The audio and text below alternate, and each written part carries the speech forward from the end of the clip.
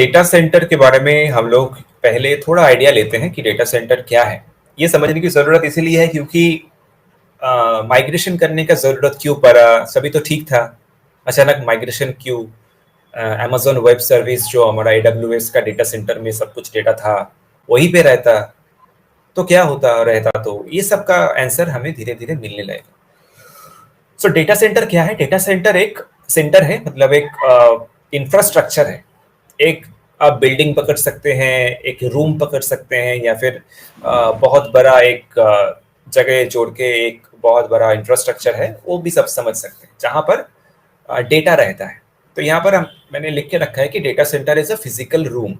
जैसे आप घर में बैठे हैं, उसी तरीके से एक घर होता है, या बहुत सारा घर होता है, एक इंफ्रास्ट्रक्चर होता है, जहाँ पर आईटी इंफ्रास्ट्रक्चर को डेवलप करने के लिए जो इंफॉर्मेशन टेक्नोलॉजी रिलेटेड जो भी है उसको बिल्ड करना, उसको सही तरीके से रन करवाना, फिर जो डिजिटल एप्लीकेशंस हम लोग यूज करते हैं उसका डेटा को स्टोर करके रखना, उसका डिलीवरी करना एप्लीकेशंस का, उसका सर्विसिंग, उसका स्टोरिंग, मैनेजिंग, सब टोटल जो काम होता है वो करने के लिए सबसे इम्पोर्टेंट जो एलिमेंट है वो है हमारा डेटा। एक्चुअल में डिजिटल इंडस्ट्री में सबसे ज्यादा जो बिजनेस हो रहा है वो डेटा से हो रहा है। तो डेटा बहुत सारा है। डेटा अभी आप गूगल करेंगे, अभी जाके कुछ भी डेटा, सपोज आप ये देखने की कोशिश कर रहे हैं कि आपको स्मार्टफोन लेने का इच्छा है, तो आप स्मार्टफोन ढूंढ रहे हैं मोबाइल पे, तो आपके पास कितना सारा डेटा आएगा रिकमेंडेशन पे, आप सोच सकते हैं। मतलब डेटा का कमी नहीं है। ऐसे हजारों लाखों करोड़ों टॉपिक है, कंटेंट है, YouTube, Facebook, Instagram, social media platform, बहुत सारा जो प्लेटफॉर्म्स है, डिजिटल प्लेटफॉर्म्स, वहाँ पर मल्टीपल डेटा अवेलेबल रहता है। तो वही सारा जो डेटा है उसको रखने के लिए तो एक जगह चाहिए। अभी आप बोलेंगे मेरा फेसबुक का डेटा तो मोबाइल के अंदर है, तो मोबाइल के अंदर तो है, लेकिन उसका डेटा को स्टोर करने के लिए एक इंपॉर्टेंट हार्डवेयर की जरूरत है। तो उसके बारे में हम लोग जानेंगे। तो फर्स्ट जो हार्डवेयर के बारे में, जो जो डिवाइस के बारे में मैंने बताया जहां पर डेटा स्टोर रहता है, वो है सर्वर। अब बोलते हैं ना कि सर्वर बहुत लो है इसलिए स्पीड कम गया है, जो हम लोग आज सर्वर डाउन है, डाउन टाइम चल रहा है, इसलिए स्पीड कम है। तो वो है server, web server. Web server क्या है एक्चुअली? जहां पर हार्ड ड्राइव, सीपीयू, रैम, मतलब रैंडम एक्सेस मेमोरी, ग्राफिक्स, ये चार चीज मिला के जो कंप्लीट फिजिकल डिवाइस बनता है वो होता है कंप्लीट सर्वर। एक छोटा सा बॉक्स जैसा रहता है, मैं पिक्चर दिखाऊंगा नेक्स्ट स्लाइड पे। तो सर्वर में क्या रहता है? सर्वर में रहता है इंफॉर्मेशन और डेटा। किसका डेटा? वेबसाइट का डेटा। अब हो सकता है एक सर्वर का जो बॉक्स है उसमें मल्टीपल वेबसाइट का डेटा रह सकता है, दो तीन चार वेबसाइट का डेटा एक ही सर्वर बॉक्स में रहता है, या फिर बहुत वेबसाइट में बहुत सारा इंफॉर्मेशन है, बहुत हाई क्वालिटी का डेटा उसमें स्टोर है, टेक्नोलॉजी बहुत एडवांस उसमें यूज हुआ है, तो वो उसके लिए एक अलग से एक सर्वर का बॉक्स चाहिए। तो इसलिए एक कभी कभी एक सर्वर में एक वेबसाइट का डेटा, अभी और किसी किसी टाइम पे मल्टीपल वेबसाइट का डेटा भी स्टोर रहता है, like your YouTube video, social media, mail, आप जो भी डेटा आपका है, अकाउंट डेटा आपका, वो सब स्टोर रहता है सर्वर में। अभी सर्वर अवेलेबल रहता है, मतलब सर्वर को अवेलेबल रहना पड़ता है, ये सही टर्म रहेगा, 24/7 365 डेज, मतलब एवरी टाइम। मतलब डेटा जो स्टोर रहता है सर्वर में वो पब्लिक के लिए मैक्सिमम डेटा, कुछ कुछ डेटा होता है, मतलब most of the data accessible होता है, मतलब आप कभी कभी भी एक्सेस कर सकते हैं। ऐसा नहीं होता है कि आप अभी 9 बज चुका है तो 9 बजे आप कुछ सर्च किया तो आपको डेटा मिलेगा, रात 1 बजे 2 बजे सर्च किया तो डेटा नहीं मिलेगा, ऐसा तो नहीं होता है। Data every time every moment पे वो स्टोर रहता है, और एवरी मोमेंट आपको वो रिफ्लेक्ट करके रिजल्ट लाके देता है। तभी जब भी आप गूगल करेंगे आपके पास डेटा रहता है, आप कभी भी फेसबुक ओपन करेंगे तो आपका जो फेसबुक का डेटा है वो आपको शो करेगा। इसका मतलब क्या है? बैक एंड पे पीछे से सर्वर काम कर रहा है, इसका मतलब यही है। अभी और डिटेल हम लोग बाद में बात करेंगे, अभी के लिए इतना हम लोग दिमाग में रखते हैं कि सर्वर जो है उसमें सब डेटा स्टोर रहता है। अभी ये थोड़ा पिक्चर देख लीजिए। यहाँ पर जो है ये पहला वाला जो पिक्चर है वो है सर्वर का पिक्चर। जो मैंने बताया कि एक हार्ड ड्राइव, एक सीपीयू, एक रैम, एक ग्राफिक्स मिला के टोटल एक बॉक्स जैसा सर्वर बनता है, जो एक फिजिकल प्रोडक्ट है, आप टच कर सकते हैं। यही सर्वर का 1 2 3 4 5 10 सर्वर अगर रहा तो एक सर्वर रैक बनता है। आप देखिए ये जो इंसान है वो एक सर्वर को घुसा रहा है इस रैक में। इस तरीके से यहाँ पर एक सर्वर सर्वर है, यहाँ पर एक सर्वर है, यहाँ पर एक सर्वर है, ऐसे करके मल्टीपल सर्वर एक रैक में रहता है। आप उसको अलमीरा भी बोल सकते हैं। एक के ऊपर एक, एक के ऊपर एक रखा जाता है, तो उसे बोला जाता है सर्वर रैक। रैक में ऐसा एक रूम में मल्टीपल सर्वर रैक होता है। देखिए इस पिक्चर को ध्यान से देखिए, यहाँ पर एक सर्वर रैक है, इसके अंदर 1 2 3 4 5 6 7 करके 20 25 सर्वर्स का बॉक्सेस है। ऐसा कितना सारा सर्वर का रैक एक लाइन बाय लाइन रखा हुआ है, टोटल आप देख सकते हैं। ऐसा एक रूम नहीं रहता है, ऐसा मल्टीपल रूम रहता है। तो आप सोचिए एक 4 5 अगर रूम रहता है, उसके अंदर कितना सारा सर्वर रैक और उसके उसके अंदर में कितना सारा सर्वर्स रहता है, और उसके अंदर सब data, every kind of data, website का डेटा, आपका पर्सनल डेटा, गूगल में जो है, अमेजोन, फ्लिपकार्ट, जो भी आप बोले डिजिटल डेटा स्टोर रहता है। तो ये है डेटा सेंटर का कॉन्सेप्ट। ये मिला के जो मतलब इंफ्रास्ट्रक्चर बनता है वो होता है डेटा सेंटर, डेटा रखने का जगह। अभी नेक्स्ट देखते हैं डेटा सेंटर को हम अपने लोग कैसे यूज कर सकते हैं। जैसे आप लोग जानते हैं कि हम लोग ओ डोमेन के बारे में जानते हैं, हमारा एक वन ऑफ आवर प्रोडक्ट है। तो डोमेन तो आज किसी भी वेबसाइट, अगर किसी कोई वेबसाइट किसी का है तो उसके पहले डोमेन परचेस करना पड़ता है। सिंपल लैंग्वेज पहले भी मैंने बताया था कि आप घर बनाना चाहते हैं तो उसके लिए आपको जमीन खरीदना पड़ता है। तो वो जमीन जो है वो है डोमेन। तो इसीलिए लिखा गया है कि to create a website we need to create and purchase a domain. Website create करने के लिए हमें डोमेन परचेज करना पड़ेगा। अपने नाम का मतलब हम खुद का एक नाम दे सकते हैं, लाइक onpassive.com.in, ये जो .com.in, .co.in, हाँ ये जो है ये सब डोमेन का नाम है। मतलब एक पर्टिकुलर डोमेन है, उसको खरीदना पड़ता है 1 साल के लिए, 2 साल, 5 साल आप उसको खरीद के लाइसेंस लेके रख सकते हैं डोमेन का। फिर 1 साल के लिए लिया तो नेक्स्ट ईयर आपको रिन्यू करना पड़ता है इसको, नाम को। सो एक बार अगर आपने एक नाम का डोमेन ले लिया, उसके बाद फिर से वो नाम कोई दूसरा बंदा यूज नहीं कर सकता है। अभी onpassive.com कोई ढूंढ नहीं, मतलब कोई अगर यूज करना चाहे तो यूज नहीं कर सकता है, क्योंकि ऑलरेडी वो यूज्ड है, वो मैं ले चुका हूँ या फिर कंपनी ले चुका है। तो डोमेन ले लिया, उसके बाद होस्टिंग लेना पड़ता है। ये थोड़ा मतलब टेक्निकल टर्म है, बट इतना लेमैन मतलब जनरल भाषा में अगर आपको समझाएं तो क्या है, आप सपोज एक कंपनी ओपन करने जा रहे हैं, ठीक है। तो मुझे एक वेबसाइट क्रिएट करना पड़ेगा, क्योंकि मेरा कंपनी को दिखाना है तो वेबसाइट रहना पड़ेगा, उसमें डेटा रहना पड़ेगा। तो उसके लिए मुझे डोमेन खरीदना पड़ा। तो सपोज मैं अपना डोमेन परचेस किया ssroy.com। तो पर करने के बाद उसमें सब कुछ मैं डाल दिया, अपना वेबसाइट में जो जो डेटा है सब कुछ डाल दिया, अभी अवेलेबल है पब्लिक के लिए। तो ऐसा तो नहीं है ना कि मैं मेरा जो वेबसाइट है, मैं 24/7 लैपटॉप लेके बैठा हुआ हूँ, ओपन करके रखा हूँ कि पब्लिक आके देख सके। 24 घंटा एवरी टाइम एवरी मोमेंट हम लोग तो लैपटॉप ने लेके भी घूम नहीं सकते, लैपटॉप ओपन करके भी नहीं रख सकते। इसीलिए ये काम मैं दूसरा किसी बंदे को दे दिया, जो है होस्टिंग। मतलब it's a online space, we need hosting controls from hosting provider agencies. जो होस्टिंग प्रोवाइड करने वाला थर्ड पार्टी है वो होता है hosting provider agency.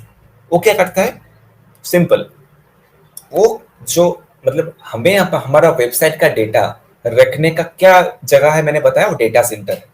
Data centre में मेरा भी वेबसाइट का डेटा स्टोर रहेगा, लेकिन मैं डेटा सेंटर तक पहुंचू कैसे, मेरे पास तो एक्सेस नहीं है, मैं जानता भी नहीं हूँ कौन किसके पास डेटा सेंटर है, कितना है, कहाँ है, कैसे लेना है, सब कुछ कुछ भी मुझे नहीं मालूम। इसलिए होस्टिंग प्रोवाइडर एजेंसी लोग क्या करता है, वो डेटा सेंटर वालों के साथ डील करके कुछ कुछ कोई कोई होता है सर्वर परचेज, एक दो सर्वर परचेज कर लिया, मतलब एक दो कोई नहीं करता है। सपोज एक सर्वर रैक जिसमें 25 सर्वर्स है, उसको खरीद लिया, या फिर रेंट ले लिया, मतलब उसका जो बिजनेस, उसका यही बिजनेस है, उसके साथ समझौता करके आइदर खरीद लेता है, खरीदना बहुत कम होता है, वो एग्रीमेंट करता है कि 1 साल 5 साल के लिए मैं उसको ले रहा हूँ, उसके बदले में पैसा दूंगा मैं, जो होस्टिंग प्रोवाइडर एजेंसी होता है। तो सर्वर बुक कर लिया। अभी कोई कोई ऐसा हो जिसके पास बजट बहुत है, तो वो एक रूम टोटल बुक कर लिया, उसमें जो जो डेटा सर्वर रैक है, जिसमें जितना सर्वर है वो उसका है, उसका बजट बहुत कम है, वो 4-5 सर्वर्स ओनली बुक करके रखता है। तो हो गया, अभी सर्वर इसके पास है, मैं बीच में हूँ, मेरे पास मेरे एक हाथ में मेरा डेटा सेंटर का आदमी लोग है, उस जहाँ से मैंने डेटा सेंटर का जो एक्सेस है ले लिया। अभी एक हाथ में मेरा कस्टमर्स है, मतलब हम लोग कांटेक्ट करेंगे या होस्टिंग प्रोवाइडर एजेंसीज के साथ कि मुझे चाहिए वेबसाइट। तो मैं एक्सेस ले लिया, एक्सेस लेने के बाद आ, हम अपने डेटा उसको दे दिया, तो मेरा सारा का सारा वेबसाइट का डेटा इंफॉर्मेशन माइग्रेट होके चला गया डेटा सेंटर में। ये जो माइग्रेशन का पार्ट है वो बहुत हेक्टिक पार्ट है। हेक्टिक पार्ट मतलब ऐसा नहीं है कि आज स्टार्ट किया एक हफ्ते में हो गया, बहुत कुछ मतलब करना पड़ता है बीच में, रूल्स एंड रेगुलेशंस, आपका परमिशंस, आपका क्रॉस चेक करना पड़ता है आपको, जो डेटा आप आपका अपना डेटा दे रहे हैं। तो होस्टिंग प्रोवाइडर एजेंसी पे कोई अगर बंदा फ्रॉड करता है तो आपका डेटा भी गया, आपका मतलब जो ऑथेंटिक इंफॉर्मेशन है वो भी गया। तो उसका भी एग्रीमेंट करना पड़ता है, उसका सही तरीके से वैलिडेशन करना पड़ता है। फिर और क्या समझाए, मतलब उसका बैकअप लेना पड़ता है आपको।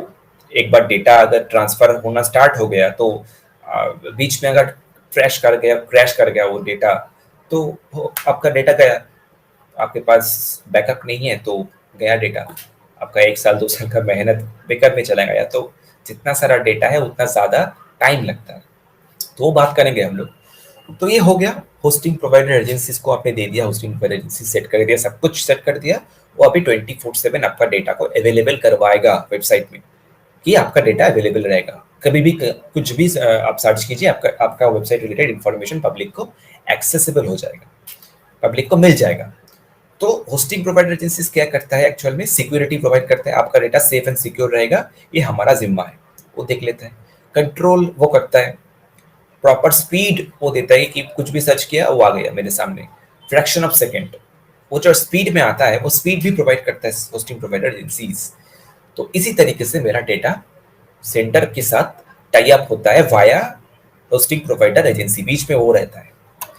अभी एक्टिविटी मैंने बताया कि वो प्रोटेक्ट करता है प्रोप्राइटरी डेटा, मेरा पर्सनल डेटा जो सिस्टम का डेटा है उसको प्रोटेक्शन प्रोवाइड करता है। फिर प्रोसेसिंग करना, कॉन्ट्रैक्ट वेंडर सेंट्रलाइज प्रोसेस में काम करता है। सेंट्रलाइजेशन प्रोसेस मतलब अ, एक या दो ऑर्गेनाइजेशन या फिर इंसान रहता है जो टोटल चीज को मॉनिटर करता है, सेंट्रलाइज तो ये करता है। फिर इंफॉर्मेशन को सिक्योर, मैंने बताया वो सब चीज। फिर इकोनॉमी में भी स्केल करता है, मतलब आप अगर चाहें तो आप अगर चाहें तो होस्टिंग प्रोवाइडर एजेंसी जो आपके साथ ये बिजनेस कर रहा है, मतलब एक्चुअल में होस्टिंग प्रोवाइडर एजेंसीज का ये बिजनेस है, वो डेटा को आपका डेटा को लेके दे रहा है डेटा सेंटर को। तो बीच में वो जो काम कर रहे हैं वो भी बिजनेस कर रहा है, जो इन्फॉर्मेशन गैदर हो रहा है, टर्नओवर जनरेट हो रहा है, डेटा सेंटर का तो हो ही रहा है। डेटा सेंटर जिसके पास है, जिस कंपनी का डेटा सेंटर है, मान लीजिए अमेजोन, उसके पास अमेजोन वेब सर्विस AWS का डेटा सेंटर, उसमें बहुत सारा कंपनी, छोटा बड़ा जितना भी कंपनी है, सब डेटा उसके पास स्टोर रहता है। तो आप सोचिए कितना बड़ा बिजनेस उसका हो रहा है, कितना सारा डेटा उसके पास है, इसीलिए उसके उसका बहुत बड़ा बिजनेस है। डेटा स्टोर करता है, उसके बीच में एग्रीमेंट होता है, पैसा भी मिलता है कि आप मेरे डाटा को जो रख रहे हो आपके पास, इसीलिए आपको मैं इतना परसेंट दूंगा, इतना ये हो। तो ये आप सोच सकते हैं कि हमारे कंपनी जिसके लिए हम लोग यहाँ पर गैदर हुए हैं, उसके पास भी डेटा सेंटर है, जिसका माइग्रेशन का काम भी चल रहा है। तो उसके पास डेटा सेंटर है, मतलब आने वाले दिनों में हमारा डेटा तो रहेगा ही, बाद में जो भी कंपनी आएगा उसका भी डेटा हमारे ही डेटा सेंटर पे स्टोर होगा, बिकॉज डेटा सेंटर बहुत कम कंपनी के पास होता है। और हमारी कंपनी में एक डेटा सेंटर नहीं है, मेरे हिसाब से 3 से 4 डेटा सेंटर हमारा अलग अलग कंट्री में अलग अलग जगह पे है। तो इससे इसका बहुत बड़ा बिजनेस है, इकोनॉमी में बहुत बड़ा इम्पैक्ट लाता है। सो ये है डेटा सेंटर का ओवरऑल।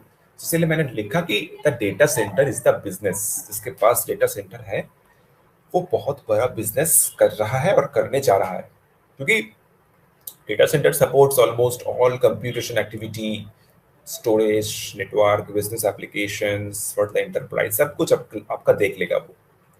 डिजिटल जो काम काम होता है, और आज 80% वर्क डिजिटली होता है।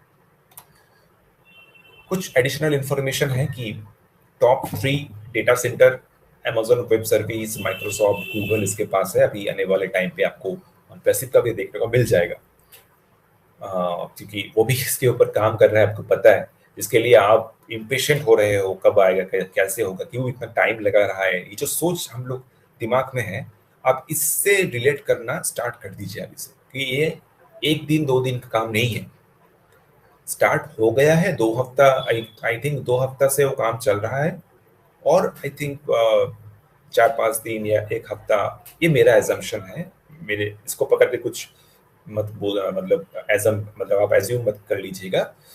जब भी हो जाएगा उसका, क्योंकि डिपेंड करता है कितना सारा डेटा है, कितना सारा एप्लीकेशंस मेरे पास है, कितना सारा लीगल फॉर्मेलिटीज है, कितना सारा टर्म्स एंड कंडीशंस है, रूल्स एंड रेगुलेशंस है, सब मैटर करता है। एक या दो चीज मैटर नहीं करता है कि डेटा लिया, कॉपी किया, पेस्ट किया, डेटा सेंटर में चला गया, मतलब कॉपी पेस्ट वाला चीज यहाँ पर नहीं है।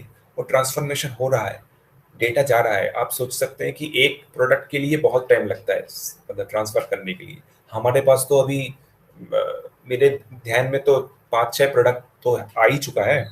3 फ्री प्रोडक्ट है, ओ कनेक्ट है, फिर ओ ट्रैकर, 5 तो हो ही गया, फिर ओईएस इकोसिस्टम इटसेल्फ एक प्रोडक्ट है, 6 हो गया। अभी पैकेट में कितना सारा प्रोडक्ट काम कर रहे हो तो I don't know, we don't know. तो ये सब डेटा को जाने के लिए तो टाइम तो देना पड़ेगा ना आपको। तो इसीलिए एक टाइम कंज्यूमिंग प्रोसेस है। सो और यहाँ पर जो एक्स्ट्रा इंफॉर्मेशन है वही है कि छोड़िए, इसको हम लोग नहीं देखते हैं अभी। थोड़ा डेटा सेंटर के बारे में हम लोग जान लिया। अभी जो माइग्रेशन का प्रोसेस है, डेटा माइग्रेशन का प्रोसेस ही हम लोग समझने की कोशिश करते हैं थोड़ा बहुत। इसको मैं बंद कर देता हूँ। अभी देखिए, माइग्रेशन जो होता है, पहले पहले क्या होता है, पहले जो काम मैंने बताया कि डेटा सेंटर को पहले मतलब रन करवाना पड़ता है। पहले तो उसको बनाया, उसका पहले तो हम लोग प्लान किया कि डेटा सेंटर बनना है, उसका प्लानिंग हो गया। अभी डिजाइन करना है कि data centre, new data centre मेरा अभी होने वाला है, तो इंफ्रास्ट्रक्चर कैसे होगा, कैसा, कितना हार्डवेयर, कितना सॉफ्टवेयर लगेगा, कितना नेटवर्क, कितना स्ट्रांग होना पड़ेगा, आपको पता है, क्योंकि आज 5G नेटवर्क है। ये जो आप लोग अभी बोल रहे हैं ना कि जियो बहुत महंगा है तो बीएसएनएल में शिफ्ट करते हैं, आप बीएसएनएल लेके देखिए। बीएसएनएल का 3G नेटवर्क है। 5G यूज करने के बाद जब भी 3G में कोई यूज करता है तो डेटा का स्पीड बहुत कम हो जाता है, आपको मजा नहीं आएगा। तो नेटवर्क और इंटरनेट का स्पीड मैटर करता है। सो जस्ट अ सेकेंड, हाँ ठीक है। तो अभी डेटा सेंटर हो जाने के बाद अभी सोच लीजिए कि हमारे कंपनी का सब कुछ रेडी है, डेटा सेंटर रेडी है। डेटा सेंटर का माइग्रेशन करने का भी प्रोसेस जो है वहीं पे हम लोग बात करते हैं कि माइग्रेशन कैसे, तो transfer data from the old data centre to the new one. तो हमारे लिए क्या रेलिवेंट है, Amazon वेब सर्विस जो AWS है, उस डेटा सेंटर से हमारा अपना डेटा सेंटर में लेके आना, यही तो काम है। तो इसके लिए क्या करना पड़ेगा, इसके लिए जो है इंटीग्रिटी और सिक्योरिटी। पहले तो यहां से यहां तक आएगा, सिक्योरिटी देना पड़ेगा, क्योंकि बीच में बहुत सारा हैकर्स रहता है, मतलब जो मेल फंक्शन करता है, जो आपका डेटा के साथ टेम्पर कर सकता है, जो बैठा रहता है कि कुछ भी डेटा का इधर उधर ट्रांसफॉर्मेशन हो रहा है तो कितना मैं वहां से ले सकता हूँ, कितना मैं क्रैश करवा सकता हूँ, अपने तरफ खींच सकता हूँ। तो वो तो एक बहुत पहला पार्ट है कि सिक्योरिटी कितना प्रोवाइड करेगा Amazon वेब सर्विस वाले। जब हम लोग का डेटा यहाँ से वहां जाएगा तो कितना सिक्योरिटी हम भी दे सकते हैं, वो भी दे सकते हैं, वो भी इंश्योर करना पड़ेगा। उसके बाद सब कुछ रेडी हो गया तो स्टार्ट होता है प्रोसेस, क्या, एप्लीकेशन माइग्रेशन। कि move applications to the new data centre. मेरा जितना भी एप्लीकेशंस है उसका हमें पहले तो टेस्ट करना पड़ेगा, configure and test application environments. मतलब ऐसा नहीं है कि मतलब विदाउट एनी टेस्ट और ट्रायल मैं अपना डेटा को भेजना स्टार्ट कर दिया, ऐसा नहीं होता है। प्रॉपर तरीके से टेस्टिंग होता है, मतलब ट्रायल होता है, फ्री ट्रायल, मतलब free trial in the sense मेरा डमी ट्रायल बोल सकते हैं कि फेक डेटा जो ऐसा डेटा है पहले भी हम लोग भेज के देख लेते कि टोटल प्रोसेस क्या है, तो वो भी देखना पड़ेगा। ओरिजिनल डेटा भेजने के पहले मतलब फेक डेटा है या फिर डमी डेटा है, डमी डेटा अच्छा टर्म है, उसको भेज के देखना पड़ेगा कि सही से जा रहा है कि नहीं जा रहा है, कब कितना मतलब प्रॉब्लम हो रहा है नहीं हो रहा है। तो ये हम लोग भेज भेज के पहले देख लेते हैं कि सही तरीके से काम कर रहा है कि नहीं कर रहा है। फिर आता है टेस्टिंग एंड क्वालिटी एश्योरेंस, कि perform through testing and quality assure. हम लोग क्वालिटी एश्योर करते हैं, ये जो मैंने बताया कि वो जो जा रहा है कितना क्वालिटी है, कितना मतलब ग्लिचेस आ रहा है, मेरा डेटा ओरिजिनल में अगर जाना स्टार्ट करेगा तो बीच में कुछ प्रॉब्लम तो नहीं आएगा। इतना सारा कुछ पहले बैकएंड में देना पड़ता है कि एरर फ्री, मतलब कुछ भी एरर नहीं आना चाहिए। एक भी एरर आ गया तो बीच में कुछ डेटा का लॉस हो गया तो ढूंढना पड़ेगा बहुत कि कौन सा डेटा लॉस हुआ, कैसे लॉस हुआ, उसको पहले कैसे हम लोग रिस्टोर कर सकते हैं। इसीलिए बैकअप रखना जरूरी है। तो आई होप कंपनी वो कर रहा है। अभी अभी सुनिए, ये जो प्रोसेस जब स्टार्ट होगा उसके बाद कट ओवर एक पीरियड होता है। कट ओवर का मतलब होता है switch from the old data centre to the new one. जब ये होगा तब minimum down time and disruption आएगा। मिनिमम डाउन टाइम, आप वेबसाइट में घुस नहीं सकते, कुछ भी डेटा नहीं मिलेगा। जैसे आप लॉग इन करते हैं तो दिखाता है कि माइग्रेशन चल रहा है, ऐसा एक पॉपअप आता है, तो इसीलिए वो लिखा हुआ होता है कि डाउन टाइम चल रहा है। तो ये डाउन टाइम मिनिमल टाइम के लिए होता है, आप मतलब डिसरप्शन होता है, आप घुस नहीं सकते।